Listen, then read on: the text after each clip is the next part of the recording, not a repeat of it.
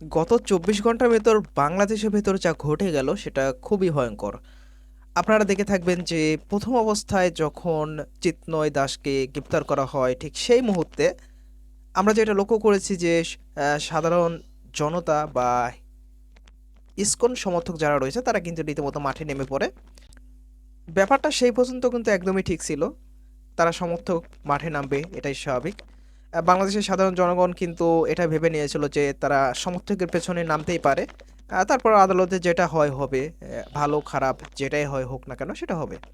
কিন্তু আশ্চর্য ব্যাপার হলো তারপর যেটা আমরা দেখেছি যে সেখানে একটা খুবই ভয়ঙ্কর একটা ঘটনা ঘটে যায়। তো এখানে সবার এই ঘটনার পেছনে সবার একটাই প্রশ্ন, আদালতের মতো একটি জায়গায় আইনজীবীকে সেখানে কিভাবে হত্যা করে, তাও এই নৃশংসভাবে। সেখানে পুলিশ কোথায় ছিল বা নিরাপত্তা রক্ষিকা কোথায় ছিল, এই ব্যাপারটা প্রশ্ন জেগে থাকে। এখন হয়তো অনেকেই বলতে পারেন যে যেহেতু এটা আদালতে প্রাঙ্গণ এবং সেখানে সেই সময় বেশ মানুষের জামায়াত ছিল, মূলত তাদেরকেই ট্যাকল দিতেই বা তাদের মোকাবেলা করতে আর কি সেখানে হয়তোবা যাওয়াটা হয় নাই। কিন্তু আপনারা একটা জিনিস হয়তো অলরেডি জেনেও থাকবেন বা এখনও জানেন, আমরা সেখানে জানতে পেরেছি যে সেখানে অনেকগুলো আইনজীবীকে সেখানে কিন্তু আটক করে রাখা হয়েছিল। তার মধ্যে এই একজন আইনজীবীকে সেখানে নৃশংসভাবে হত্যা করা হয়। তো এটা এই ঘটনাকে কেন্দ্র করে রীতিমতো মোড়টা অন্যভাবে নিয়ে নেয়। কারণ বিক্ষুব্ধ জনতা আমরা গত ৪৮ ঘন্টার ভেতর যা দেখেছি সেটা সত্যি খুব অবাক করার মতো। বিশেষ করে চট্টগ্রামে কিন্তু কি বিশাল বড় একটা সমাবেশ হয় এবং এই সমাবেশে এত মানুষের ভিড় আমি এর আগের ভিডিওতে একটা আপনাদের আমি দেখিয়েছি যে এটা কত বড় একটা জামায়াত ছিল। তো সেটার পাশাপাশি আমরা খেয়াল করেছি যে সেই ঘটনার পর থেকে সেদিন রাত থেকেই কিন্তু চরম একটা উত্তেজনা সামনে দেখা দেয়। তার পরবর্তীতে বিক্ষুব্ধ জনতা এইটা দাবি করতে শুরু করে যে ইসকনকে বয়কট করতে হবে বা ইসকনকে যে সন্ত্রাসী সংগঠন হিসেবে তাদেরকে স্বীকৃতি দিতে হবে এবং এটাকে নিষিদ্ধ করতে হবে।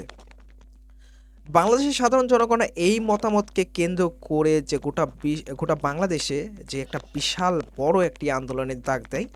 সেখানে দেখতে পাচ্ছেন যে গত ১২ থেকে ১৪ ঘন্টা ২০ ঘন্টার মতো বাংলাদেশে কি একটা পরিস্থিতি ছিল। তো আজকেও মূলত কিছু কিছু জায়গায় এতটা পরিমাণে মানে আন্দোলনে মানুষ বের হয়েছে, আসলে সে সত্যিই খুব অবাক করা বিষয়। এবং সেখানে আমরা দেখতে পাচ্ছি, আশা করি সেগুলোর ভেতরেও সহিংসিত কোনো ঘটনা ঘটে নাই। তারা অত্যন্ত শান্তপ্রিয়ভাবে সেই আন্দোলনগুলো করেছে।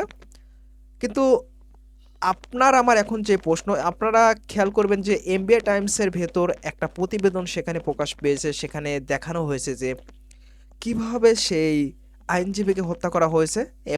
বাংলাদেশে যে এই বিশাল একটি ঘটনা ঘটে গেল, তো এখানে আপনারা কি কি ব্যাপারটা দেখতে পাচ্ছেন বা এখানে কারা কারা সুবিধা নিচ্ছে, আপনাদের মতামতগুলো অবশ্যই কনভার্সে জানিয়ে যাবেন। এবং যেটা ঘটতেছে এই মুহূর্তে, তো মনে হচ্ছে এখানে সুষ্ঠু কোনো বিচার না হলে কিন্তু এটা আরো স্থায়ী হতে পারে, এরকম আশঙ্কা করা যাচ্ছে। দেখা যাক কোন পর্যন্ত করায়। তো ভালো থাকবেন সবাই, দেখা হচ্ছে পরে কোনো ভিডিওতে।